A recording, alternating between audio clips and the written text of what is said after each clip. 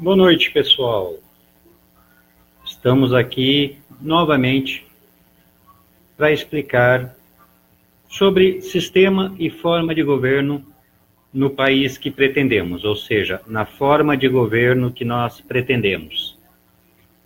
E para começar essa transmissão, eu vou dizer o seguinte para vocês, que a forma de governo e o sistema que a gente pretende implantar quando instituído esse novo país, ele é uma forma já basicamente conhecida por todo mundo, né? Ou seja, é uma forma parlamentarista em regime municipalista que vai atender algumas demandas que a gente prevê já para o início do nosso, vamos dizer assim, da etapa que vai começar a se desenvolver a partir do momento que o novo país for criado. Então vamos explicar um pouquinho sobre como funciona o regime parlamentarista. O regime parlamentarista que nós pretendemos, ele funcionaria mais ou menos assim, né? O povo elege os seus representantes, né? Os representantes nacionais, digamos assim, e esses representantes escolheriam, dentre os seus pares, um que seria o primeiro-ministro. Mas vamos começar por etapas. Quantos representantes o povo sulista elegeria, né, para representar lá naquilo que a gente chama de Congresso Nacional ou Câmara Nacional? Uma média entre 150 e 170 representantes, eu acredito que seja o ideal. Pode ser que a gente trabalhe com um pouco mais, um pouco menos, mas a ideia básica é que não passe de 200 representantes para representar todo o país. Como é isso? Ao contrário do que acontece hoje no Brasil, nós teríamos uma Câmara Nacional unicameral, né? Um Congresso Nacional unicameral. O que é unicameral? Hoje, o Congresso Nacional no Brasil, ele é dividido em duas câmaras, o Senado Federal e a Câmara dos Deputados. No regime parlamentarista, isso não ocorre. Nós temos uma única Câmara, né, de representantes nacionais eleitos pelo povo por voto direto, e esses representantes, eles escolhem, dentro de uma lista tríplice, aquele que será o primeiro-ministro, ou seja, aquele que terá o poder de governar o novo país, né? Também há um outro detalhe, existe dentro do regime parlamentarista aquilo que a gente chama de poder moderador. O que é o poder moderador? Por exemplo, na Inglaterra, o poder moderador é exercido pela rainha, né, a Rainha Elizabeth. Na Dinamarca, em alguns outros países monarquistas, o poder moderador é exercido por um rei ou rainha. Em países republicanos, como é o caso daquele que nós pretendemos, o poder moderador será exercido por um presidente, ou seja, nós não deixaremos de ter a figura de um presidente eleito. Ele será o poder moderador, ele será o chefe de Estado, enquanto que o primeiro-ministro será o chefe de governo. E qual é a vantagem disso? Imaginemos uma crise política como o Brasil atravessou, que teve que destituir um dos seus presidentes e assumir o vice-presidente. Isso num parlamentarismo já não acontece. Por quê? Porque o povo elege a Câmara, né, a Câmara Nacional ou Congresso Nacional, elege também o presidente. através de um consenso entre o presidente e o Congresso, escolhe-se 3 nomes para serem indicados para primeiro-ministro. Um desses 3 nomes é aprovado pelo Congresso com aval do presidente e ele passa a ser o primeiro-ministro, ou seja, aquele que de fato mandará na administração pública do país. E o primeiro-ministro escolhe o seu gabinete, aquilo que a gente chama de gabinete de ministros ou conselho de ministros. Normalmente não é superior a 15 pessoas, né? E eles têm o poder de gerenciar o país de uma forma ampla, né? Digamos assim, cuidar da saúde, da segurança pública, dos interesses internacionais, dos interesses internos. Então, essa é a função do gabinete de ministros, tendo o primeiro-ministro à frente. Se em algum momento de crise ou de desconfiança da população ou do Congresso houver uma moção de repúdio ao primeiro-ministro ou ao seu gabinete, o presidente tem o poder de destituir esse gabinete e escolher um novo gabinete, ou seja, ele através de uma nova lista da tríplice, apresenta ao Congresso, o Congresso escolhe dentro daqueles 3 indicados, um que novamente será o primeiro-ministro e formará um novo gabinete, ou seja, o país não para por causa da crise institucional, vamos dizer assim, porque sempre irá existir a figura do presidente, que é o poder moderador, que é aquele que estabelece algumas condições em momentos de crise, como, por exemplo, a que viveu o Brasil recentemente. Então, estabelecido isso, né, e estabelecido que o gabinete de ministros ou o conselho de ministros, ele não terá mais do que 15 ou 20 pessoas, então, quer dizer, nós enxugamos a máquina pública, não teremos tantos ministros e tantos ministérios como hoje o Brasil tem mais de 30 ministérios, né, ministros que não servem, às vezes, para nada lá dentro.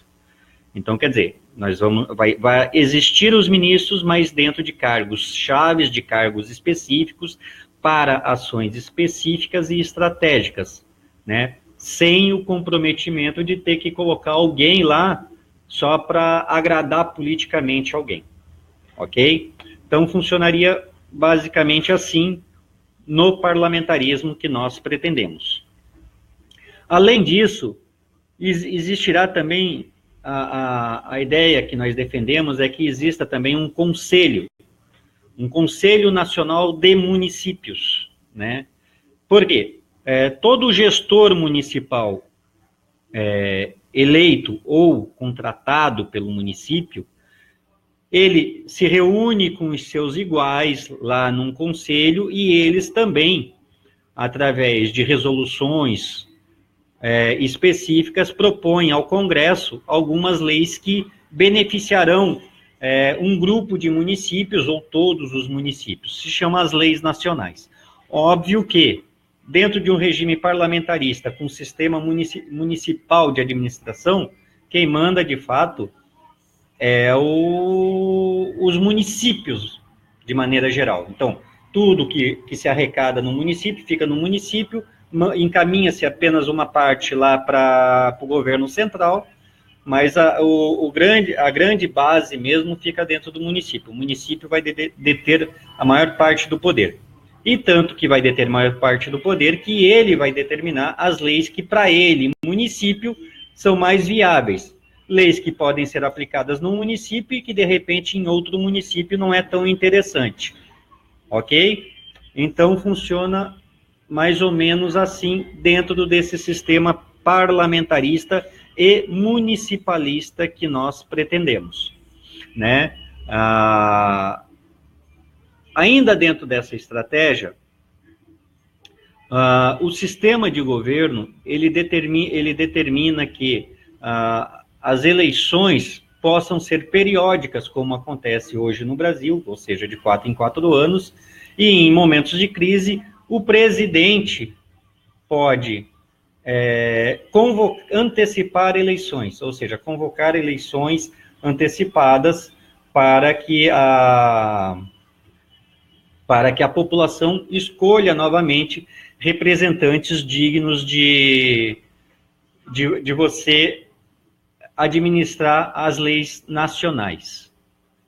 A Solange nos pergunta como serão escolhidas essas lideranças. Solange, as lideranças nacionais serão escolhidas por voto, né? Como hoje nós escolhemos os nossos deputados federais, como nós escolhemos hoje os senadores. A única diferença é que o sistema eleitoral será diferente. Como diferente? Hoje, existem inúmeros partidos políticos e a pessoa só pode se candidatar por um desses partidos políticos, e esses partidos políticos, de acordo com as alianças que eles fazem, elegem um número X de representantes, de acordo com aquilo que a Justiça Eleitoral de hoje chama de quociente eleitoral. Dentro do parlamentarismo, isso não funciona, tá?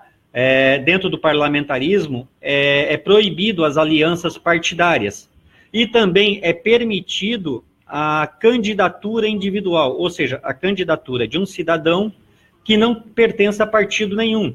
De repente, ele pode pertencer a uma associação, a um grupo ou a um clube, e ele quer se candidatar individualmente, com as custas do seu próprio bolso, como serão todas as candidaturas, né, porque acaba-se com o benefício de dar dinheiro público para candidatos. Os candidatos, para concorrer, terão que ter dinheiro próprio, ou fazer campanhas de arrecadação financeira dentro de um determinado critério ou limite que não permita justamente que haja candidatos com mais ou com menos recursos para fazer as campanhas. Será estabelecido um limite mínimo, um limite máximo, e assim todos os candidatos terão condições de igualdade para se elegerem. E só se elegerão aqueles que tiverem obtido maioria de votos. Então, não adianta o cara ter tirado 1000 votos e, pelo quociente eleitoral, que é o que acontece hoje, ele conseguir uma vaga de deputado federal ou de senador e participar do governo sem ter a devida representatividade popular. No parlamentarismo funciona diferente, né? O parlamentarismo nós propomos que o candidato eleito, ele seja eleito por maioria de votos individuais. Entendeu? Então, ou seja, ele vai ser eleito realmente pela vontade popular. Não só no caso dos parlamentares nacionais que isso vai acontecer. No caso dos parlamentares municipais, a mesma coisa, né? Prega-se muito por aí para a gente acabar com a Câmara de Vereadores, acabar com os vereadores. É inviável isso, tá? Inviável por quê? Todo aquele que trabalha merece receber por aquilo que produz, né? É assim hoje na indústria, é assim no comércio, e quando a pessoa ela passa a defender as ideias de um grupo, ela também, ela sendo eleita pelo povo, ela tem direito a um mínimo de salário que ela possa sobreviver.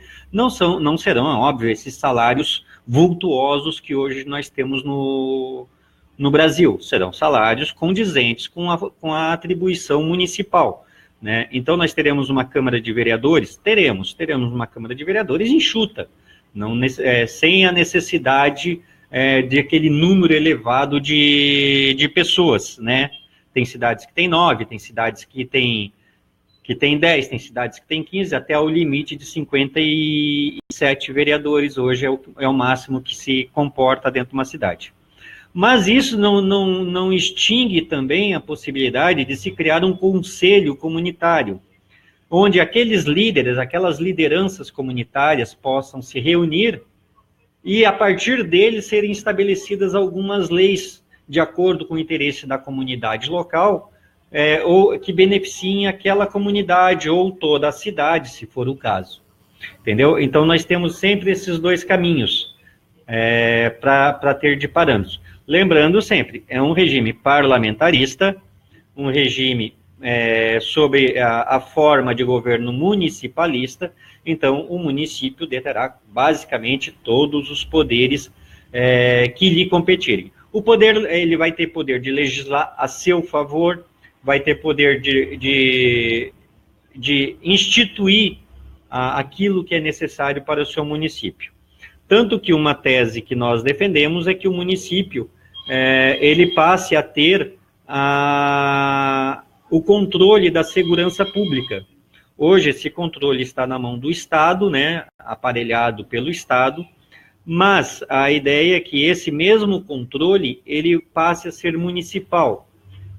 Como hoje ocorre muito nos Estados Unidos. Os Estados Unidos dão um modelo muito similar daquilo que a gente pensa, ou seja, os municípios, as cidades detêm o controle da polícia, né? E a polícia, por ser local, tem melhores condições de investigar as coisas ali na sua cidade. Óbvio que se em determinada cidade o número de efetivos policiais for inferior à sua demanda, um acordo entre municípios pode fazer com que o município X empreste ou ceda seus policiais para resolver aquele caso de extrema urgência que acontece no município Y. Vamos citar um exemplo, vamos dizer assim, vamos pegar duas cidades que são umas ao lado da outra. Vamos pegar, por exemplo, Porto Alegre e Canoas, no Rio Grande do Sul. Uma cidade ao lado da outra, onde os limites de uma cidade já se confundem com os limites da outra. Então, vamos supor que ocorreu algum fato policial na cidade de Canoas, mas a cidade de Canoas não tem o efetivo policial necessário, um exemplo, para resolver aquele problema emergencial. Então, nada impede que a cidade de Porto Alegre ou a outra cidade vizinha, que é Esteio, empreste policiais para a cidade de Canoas resolver ali momentaneamente aquele problema. Resolvido o problema, cada policial vai para a sua cidade de origem, né, e existirá esse sistema de cooperação.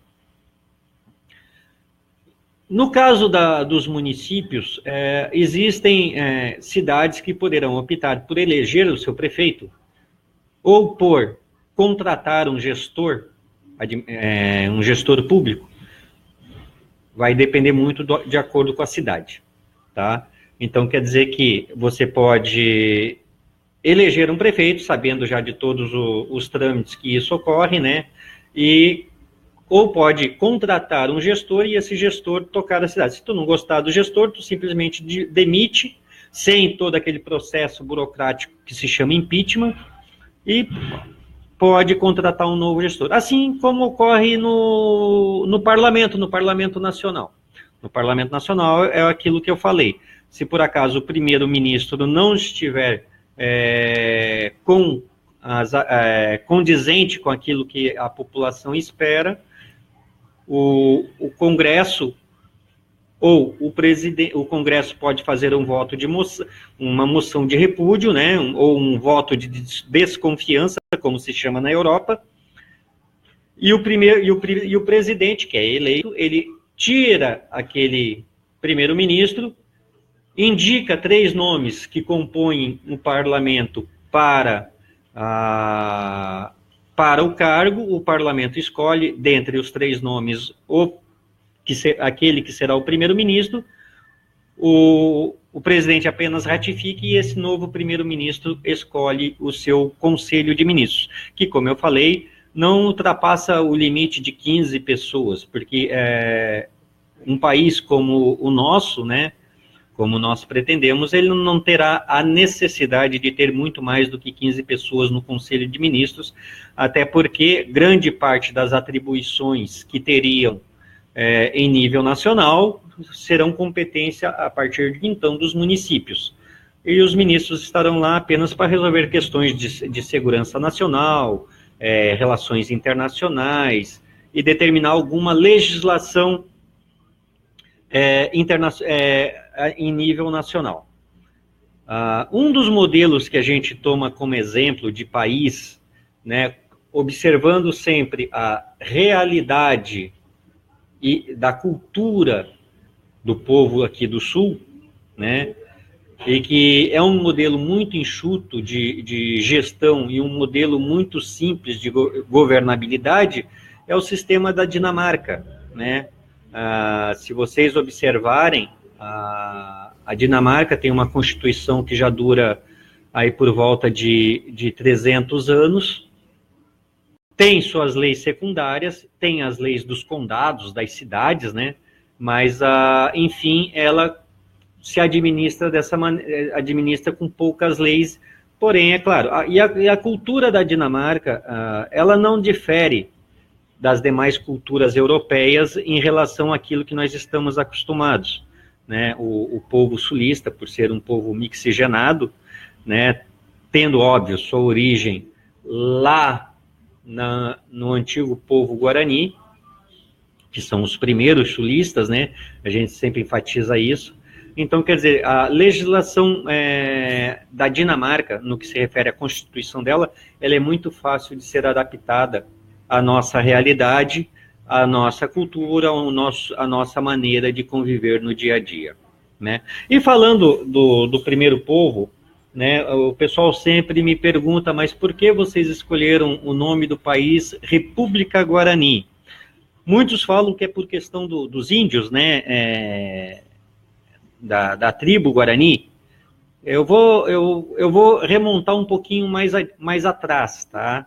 A história desse solo, do solo sulista, ela é toda iniciada com a nação Guarani, né? E embora aqui a gente chame eles de tribos, né? Eu lembro vocês que toda nação, principalmente as europeias, elas nasceram por união de clãs. E clãs na Europa é a mesma coisa que tribo, né? Assim foi a Escócia, assim foi a Inglaterra, assim foi a Dinamarca, assim foi a Itália, assim foram todos os países que hoje a gente chama de países evoluídos, tá? Então, foram clãs que se uniram e formaram um povo. O que é o Sul hoje? O Sul é justamente isso, é a união de diversos tipos de pessoas que formaram um povo, mas o povo de origem, o povo que de fato defendeu essa terra inicialmente, é o povo Guarani. E, antropologicamente falando, eles existem há mais de 15 mil anos. Há mais de 15 mil anos eles pisam aqui nesse chão. Então, nada mais do que justo que resgatar a história deste próprio chão, chamando esse país de República Guarani. Esse é o país que nós defendemos, que é o país que nós queremos, né, que é o país que nós almejamos, né? Ainda dentro desse critério, né, é por isso que nós dizemos que a melhor forma de governo é a parlamentarista, tendo um primeiro-ministro indicado pelo parlamento e um presidente eleito pelo povo. Aí nós temos dois, né, um chefe de governo, outro chefe de Estado, que poderão indicar, que poderão conduzir melhor esse país. Não é nada diferente do que acontece em diversos países da Europa. E o Conselho de Ministros, ele apenas é um órgão auxiliar do primeiro-ministro para poder administrar esse país. E nós vamos... e o sistema eleitoral, para eleger todo esse povo, é exatamente esse. Nós teremos uma diversidade de partidos políticos, podendo eles lançar seus candidatos, assim como teremos candidatos individuais. De repente, aquele cidadão que se sente capaz de representar o povo, ele vai lá, se inscreve para disputar uma vaga no parlamento e disputa a vaga em condições de igualdade como qualquer outro candidato, porque mesmo que o candidato pertença a um partido e defenda uma ideologia, isso não quer dizer que os demais candidatos não terão as mesmas condições de igualdade de defender suas propostas, suas candidaturas. E, óbvio, o povo sempre vai ser a voz da razão, ou seja, é o povo que vai escolher aqueles que melhor lhe representam, né? Essas lideranças, elas vão surgir com o tempo. E com o tempo o povo vai selecionando aqueles que melhor lhes convém. Ok, pessoal? Alguém mais tem alguma pergunta? Estamos aqui às 8h25, já temos 24 minutos de transmissão. Qualquer um que queira perguntar alguma coisa, que tenha alguma dúvida, estamos aqui para esclarecer. Lembrando, esses nossos programas, eles são mensais. A cada mês a gente traz uma informação diferente, né, sobre as propostas de governo, né. E lembrando, falando em propostas de governo, uma das propostas que nós defendemos na questão de segurança pública, como eu já falei, é a municipalização da segurança pública. Embora o governo central vá ter lá o Exército, uma Guarda Nacional, se for o caso, os municípios contarão com uma polícia municipalizada, ou municipal, pertencente ao próprio município, nos mesmos moldes, ou no mesmo exemplo do que hoje ocorre lá nos Estados Unidos, que acreditamos seja uma conduta mais próxima daquilo que seja ideal, né? O Donizete pergunta para nós como serão as taxas tributárias em percentuais. Donizete, é assim, como a gente defende tudo aquilo que o município arrecade fique no município, óbvio que o governo central ele vai precisar ter algum rendimento, alguma arrecadação. Então, dentro daquilo que já existe em termos de impostos, e eles vão ser reduzidos em muito, porque toda vez que você gera renda e gera riqueza, qualquer cidade cresce, né? Eu vou dar um exemplo. Hoje eu falo para vocês da cidade de Navegantes, em Santa Catarina. Na última transmissão que eu fiz para vocês, eu falava da cidade de Criciúma. E assim eu estou andando pelo estado. A questão tributária, ela tem sido o maior problema hoje dentro desse continente chamado Brasil. Tá? E dentro dessa questão, nós dizemos o seguinte: em percentuais, propriamente dito, a gente pode dizer o seguinte, que dos 100% arrecadados dentro do município, entre 20% ou menos por cento vão para o governo central, e o restante fica no município. Vai depender muito daquilo que se estabelecer de prioridades municipais e de prioridades nacionais.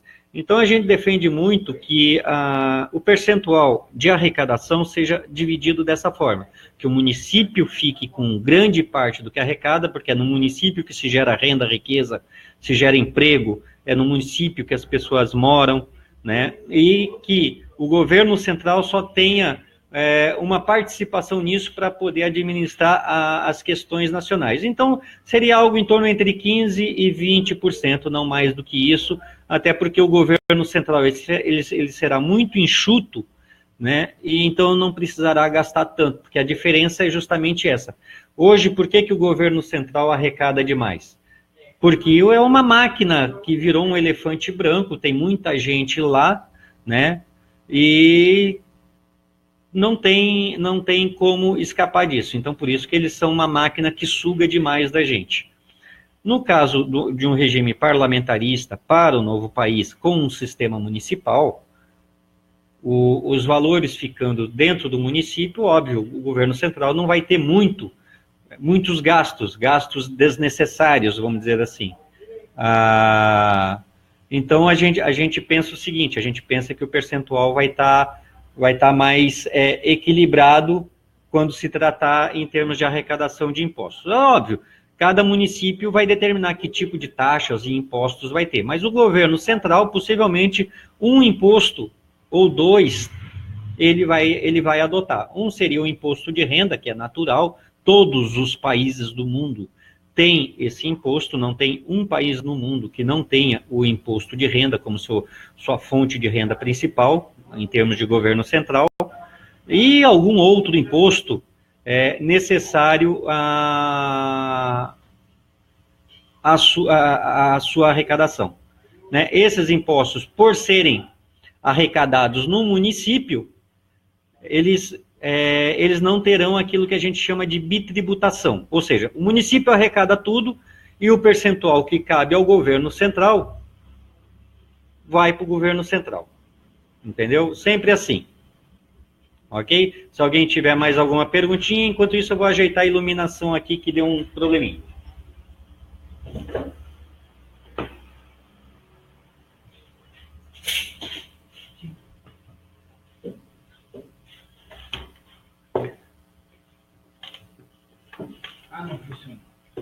Então, estamos ajeitando aqui a iluminação, que deu uma caída, né? Como eu falei, eu estou numa outra cidade, então não estamos preparados para esse tipo de evento. Mas, por enquanto, vocês estão me vendo aí bem, né? Se alguém quiser fazer mais alguma pergunta, estamos aqui, tá? Ficou bem entendida a questão dos tributos, os que são municipais e os que são federais? Ó, já fui socorrido aqui, ó. Tá? Só voltando ali na questão dos tributos de novo, deixa eu lembrar. O imposto de renda, ele é um imposto, como eu disse, ele é um imposto que todos os países praticam, é um imposto federal. Óbvio que ele vai ser arrecadado no município. O município, ele repassa para o governo esse imposto, apenas repassa, né? Mas é o município que arrecada. E esses valores são valores naturais que pertencem ao governo federal. Agora, há os outros impostos que serão tipicamente do município. Vamos dar um exemplo. Hoje o município ele tem o ISS, IPTU, ICMS, que pertence ao Estado, mas pode vir para o município, né? Tem alguns impostos. Óbvio que tu não precisa ter toda essa carga tributária, mas tu pode estabelecer dentro do município, vamos dizer, entre 4 ou 5 impostos no máximo, que poderão fazer a arrecadação financeira desse município, né? Um imposto sobre mercadorias e serviços, um imposto sobre a propriedade territorial, que é o IPTU, que todo mundo conhece, né? Impostos dessa natureza, eu acredito que eles talvez sejam mantidos, mas como eu disse, cada município adotará sua lei e adotará os seus impostos. Então, cada município estabelecerá que imposto é necessário e que imposto deixa de ser. Lógico, dentro daquele critério que a gente não quer onerar de novo a população com uma carga tributária muito elevada. Um amigo nosso pergunta como ficariam os funcionários federais de hoje, dentro da... Óbvio, quando a gente fala de funcionário federal, óbvio que ele participou de concurso público para trabalhar em determinada instituição do governo federal. Hoje, né? Nós daríamos a seguinte opção: eles não vão deixar de ser funcionários federais, de órgãos federais do governo brasileiro, né? Mas eles terão a opção de poder prestar um concurso ou serem contratados pelo governo Guarani, né, pelo governo do Sul. Óbvio que eles vão passar por todos os trâmites de novo, mas como a máquina administrativa do governo central na nova república será menor, então teremos muito menos funcionários federais do que hoje o Brasil tem. Hoje o Brasil tem funcionários federais dentro de bancos, dentro de agências, dentro de repartições diversas. Nós não teremos tudo isso de repartição pública federal. Nós teremos talvez algumas instituições federais necessárias, umas delas seria o Tesouro Nacional, que controlaria um banco central, até por causa da emissão de moeda, mas não teríamos muitos funcionários federais. Então, os funcionários federais que hoje pertencem à República Brasileira, eles têm o direito de optar em continuar servindo a República Brasileira, porque são concursados, ou eles podem vir a optar por se integrar à máquina pública, ou municipal, ou federal, de acordo com a necessidade dessas máquinas públicas, vamos dizer assim. Cada município vai determinar o número de funcionários que é necessário para a sua atuação, o governo central vai determinar também o número de funcionários, e esses funcionários federais e funcionários estaduais, que lembrando que nós não vamos ter estados, né? Nós vamos ter municípios, como eu disse um dia desses no vídeo, as regiões geograficamente conhecidas como Rio Grande do Sul, Paraná e Santa Catarina, elas permanecerão. O que elas não terão é um governador, não terão deputados estaduais, porque a política será toda dentro do município. Então, tanto os funcionários federais brasileiros quanto os funcionários hoje estaduais poderão optar em prestar os seus mesmos serviços, passando pelo trâmite legal, dentro ou do município ou dentro da república. Ok? A Solange pergunta...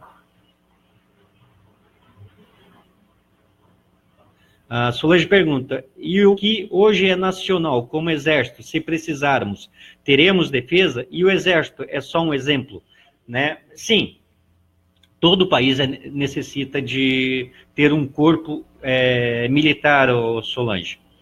Então, o que nós entendemos? Hoje nós temos, aqui na região sul, nós temos aquilo que o governo brasileiro chama de Comando Militar do Sul, né?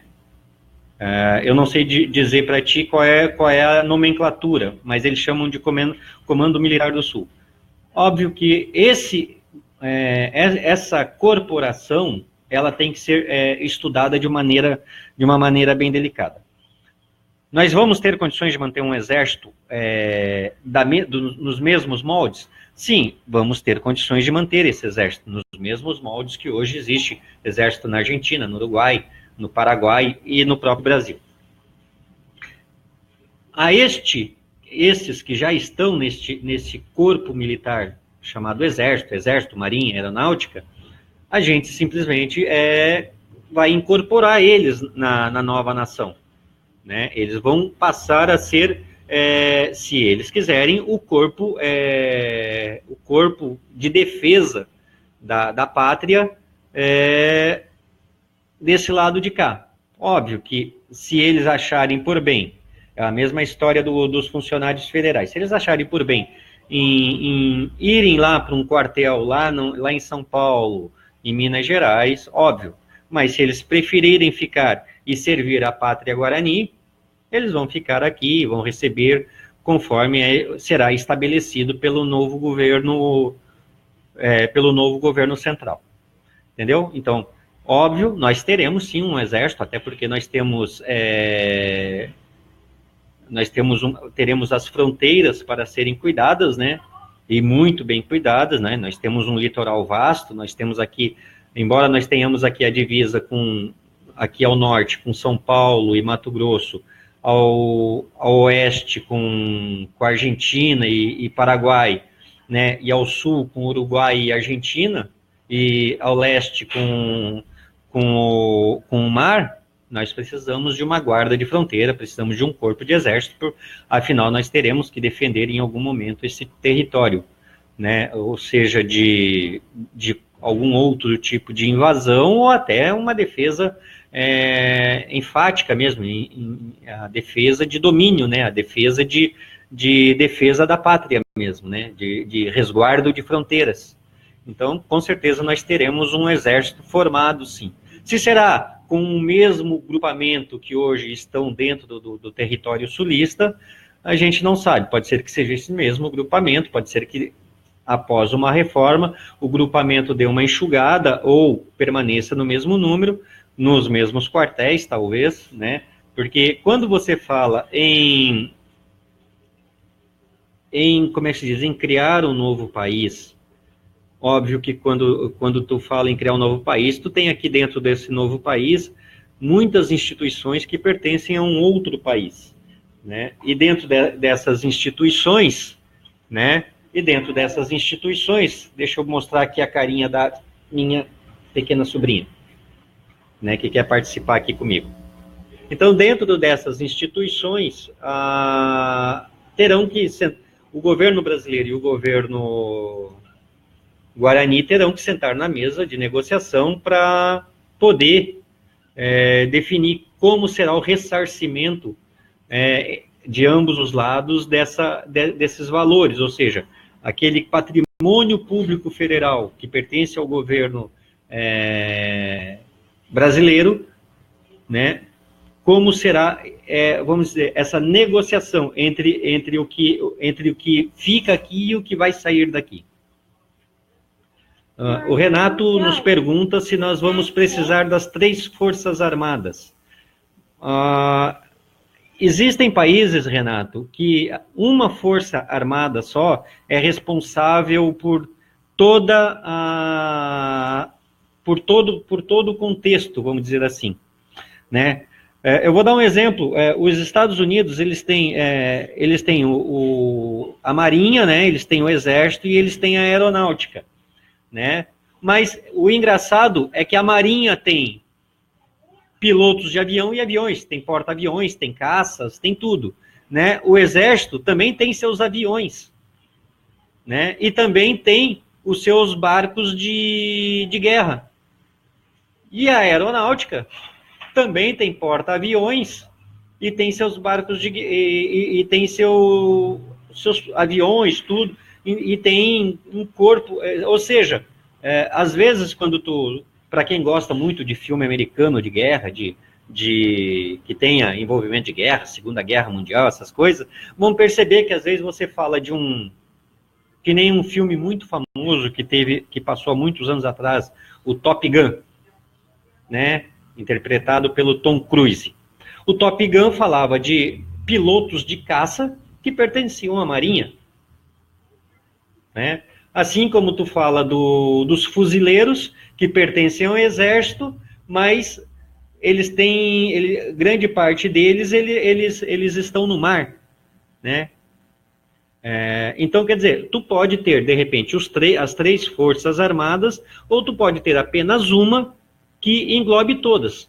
Se vocês pegarem como exemplo, a Força Aérea Brasileira, ela foi criada há muito pouco tempo, né? A Força Aérea Brasileira, se eu não me engano, ela foi criada em 47, ou seja, a primeira força, de fato, que o Brasil teve foi o Exército, para depois ter a Marinha. A Aeronáutica foi criada muito tempo depois, é a mais nova de todas as 3. Então, é uma questão muito de você ver a real necessidade. Se, de repente, uma única força armada, com todos os segmentos, vamos dizer, o terrestre, o aéreo e o marinho, se eles sozinhos se comportarem da maneira condizente, eu acho muito mais interessante que tu tenha só um corpo militar que contenha tudo, e pelo menos tu tem só um comando, do que tu dividir o comando em 3 e meio que fragmentar isso, né? O Williams, ele pergunta para nós...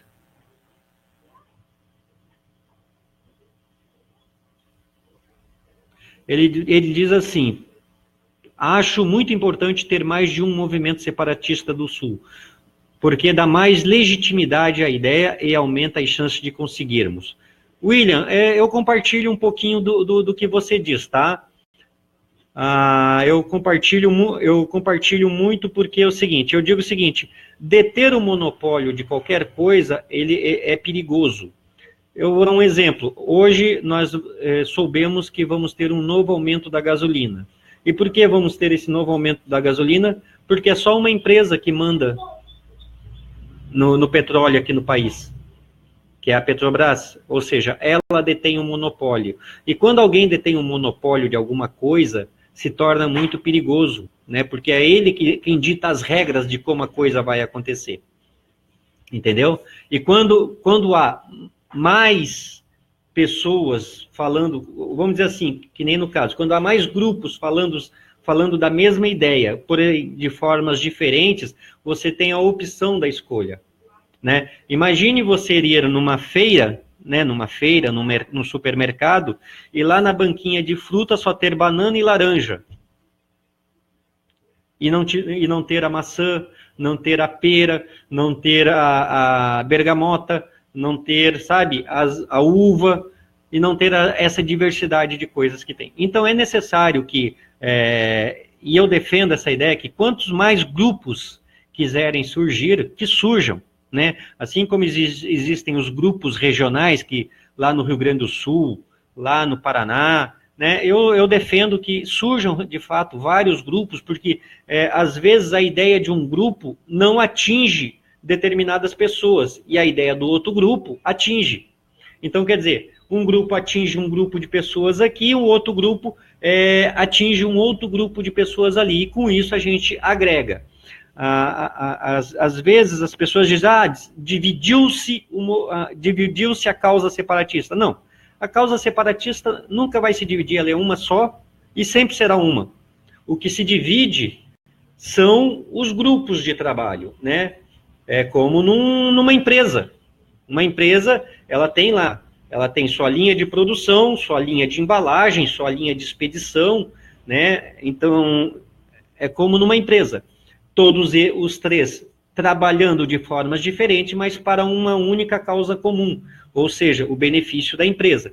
Então, os grupos separatistas que surgirem e que vão surgindo, eles são muito bem-vindos, porque a diversidade de ideias, ela existe e ela deve ser propagada, desde que todas elas culminem, né, e se encontrem lá na frente para um bem comum, que é a separação do Sul do resto do continente.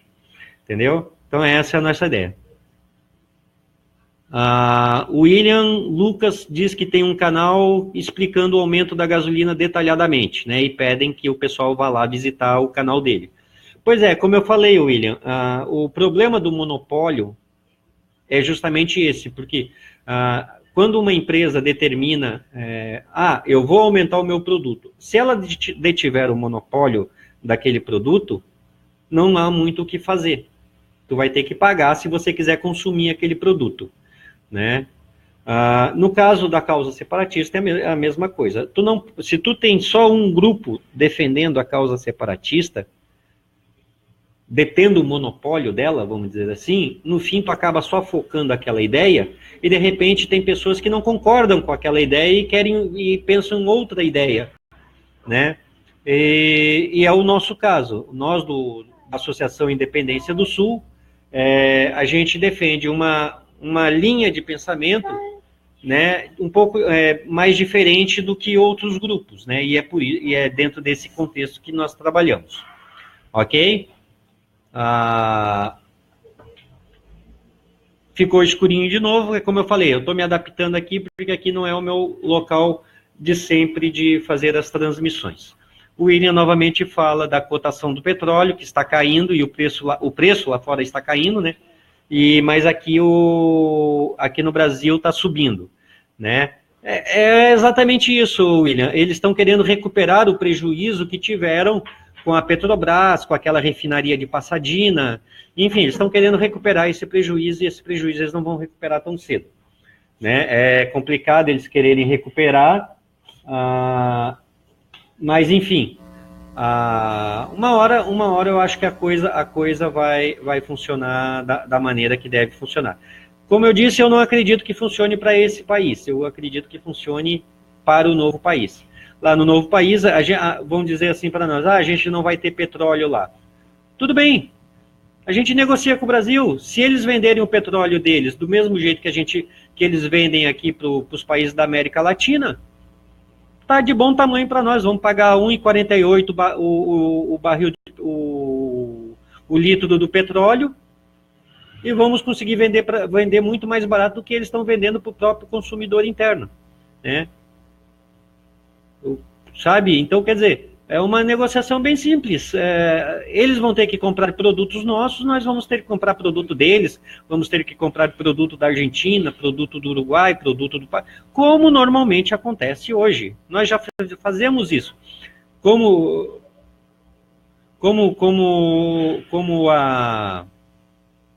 Hoje, tanto o Rio Grande do Sul, quanto Santa Catarina e Paraná, eles já negociam com a Argentina, com o Uruguai, com o Paraguai, eles negociam de igual para igual, né? Só perdem em alguns detalhes porque estão atrelados ao governo brasileiro, né? E eu acredito muito que, mesmo que a gente compre o combustível do Brasil, né, se eles venderem ao mesmo preço que eles vendem para a Bolívia, para a Colômbia, né, para o Chile, para a Venezuela, eu acho até melhor. Sabe por quê? Eles estão vendendo a 1,48 para eles. E para nós agora vai aumentar para 4 e alguma coisinha. Né? Eles não divulgaram ainda o valor exato, mas é 4 e alguma coisa. Né? Já estava 4,5 em alguns lugares. Então, Solange, não sabe, eu acho que é mais benefício a gente comprar o petróleo, o combustível do Brasil, nos mesmos moldes que eles vendem para os países aqui da América Latina, do que estar aqui dentro pagando o valor que eles estão pedindo. Entendeu?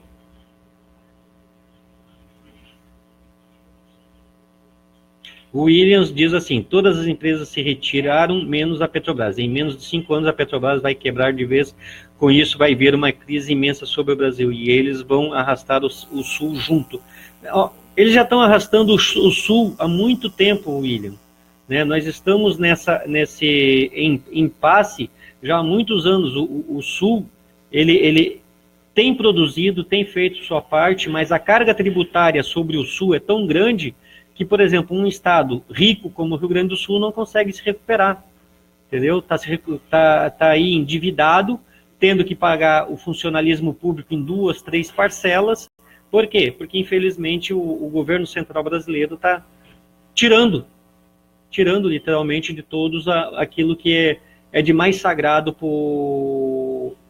para qualquer cidadão. A sua condição, a sua dignidade de poder dar o sustento à sua família. Entendeu? Então eu não vejo nenhum problema em a gente, de repente, negociar com o Brasil para comprar combustível deles. Podemos comprar deles, podemos comprar lá em cima, né, do México, da Bolívia mesmo, da Venezuela. Não vejo nenhum problema em comprar combustível deles. Se vierem nos mesmos moldes, nos mesmos valores que eles vendem para eles, então está tranquilo para nós. Ok? O Renato nos diz aqui que o Chile tem gasolina a 10 centavos. Pois é, Renato. Né? Se tem gasolina a 10 centavos, isso quer dizer que o Brasil está vendendo para eles muito mais barato que nós. Entendeu? E é complicado isso. Né? E é muito complicado. Agora deu uma melhorada na luz aqui que o meu enteado, ele está segurando aqui, né? Como eu falei, eu tô na casa dele, né, aqui em Navegantes, então a coisa fica mais, né, fica meio diferente, né? Mas é bom, assim vocês têm essa paisagem aqui atrás, ó, um pé de mamão, né, as florzinhas ali, eu tenho uma nora que ela adora isso aqui, né? Então ela adora mexer com essas plantinhas, por isso que eu coloquei essa paisagem aqui atrás para vocês. A Fernanda diz assim, na Venezuela, com R$10 você enche o tanque com gasolina pura. Meu pai esteve lá uns meses atrás e ficou de cara. É o que a gente disse agora há pouco, Fernanda. Se a gente, mesmo que a gente compre combustível do Brasil, se eles nos venderam ao mesmo preço que eles vendem lá fora, para nós vai estar interessante. O Valdecir pergunta, como ficará Itaipu binacional? Como ficará? Ficará aqui, ô Valdecir. Ela é e está dentro do território do Sul e ficará no Sul. Ela é binacional, sim. Hoje ela pertence ao Brasil e ao Paraguai. Né?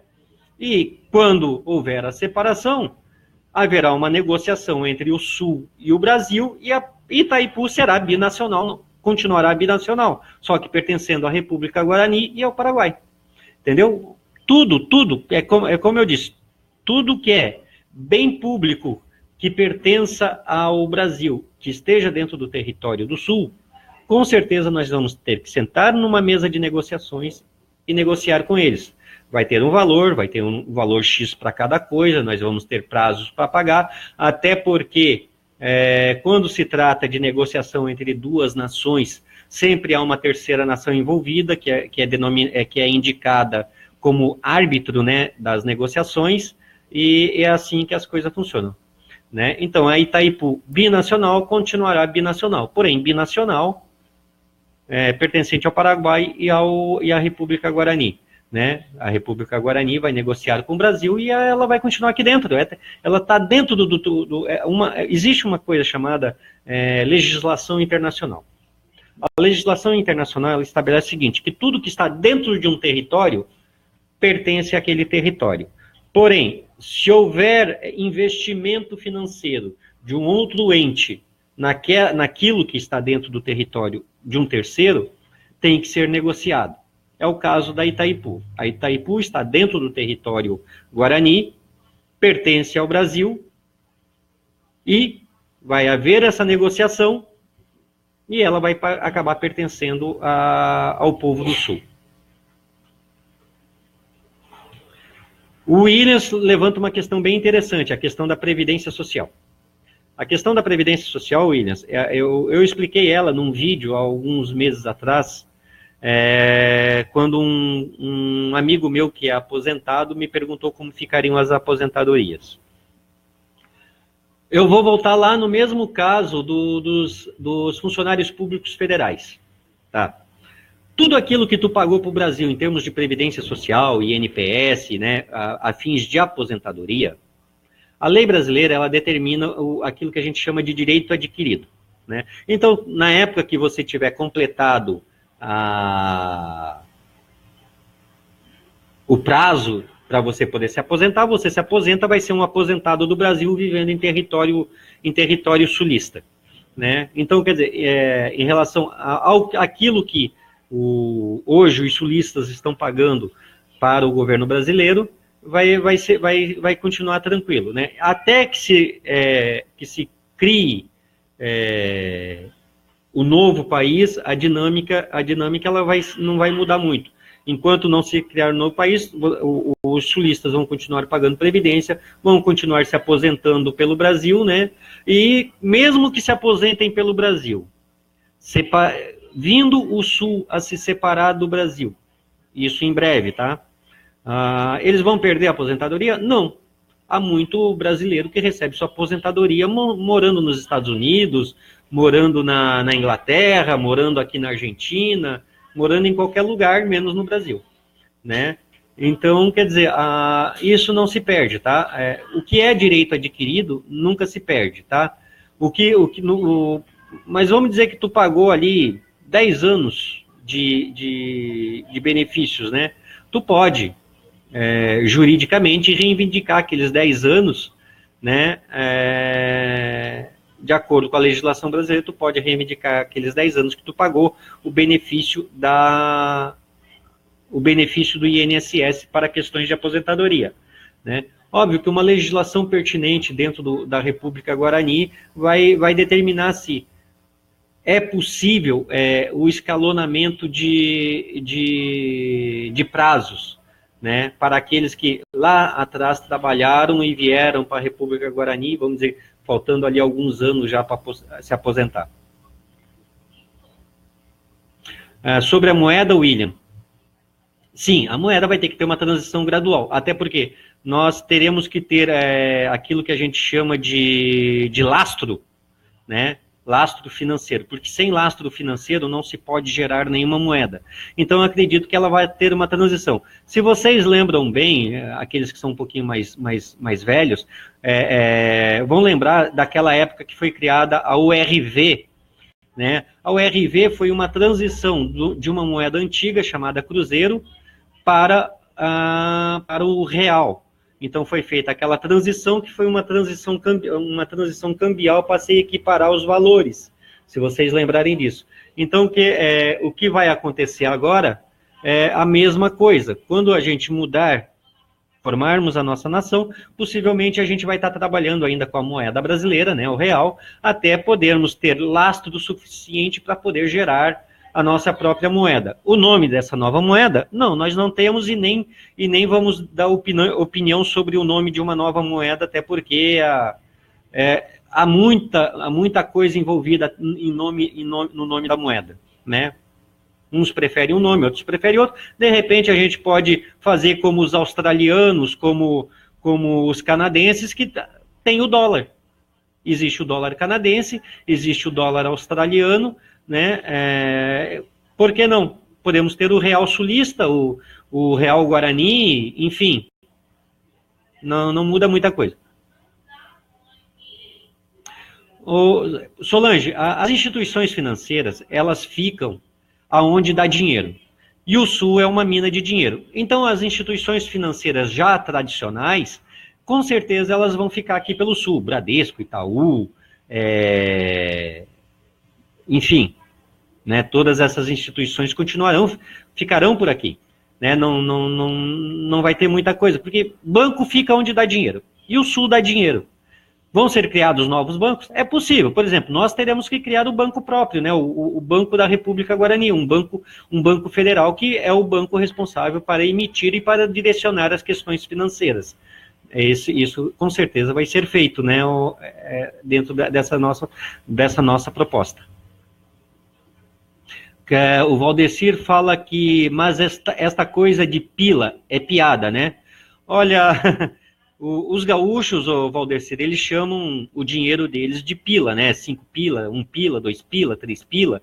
Né? A origem do nome pila é por causa de um político que vivia lá no Rio Grande do Sul, né? Que deu origem ao nome pila. Se vai ser esse o nome da nova moeda, olha, não acredito, viu, o Valdecir?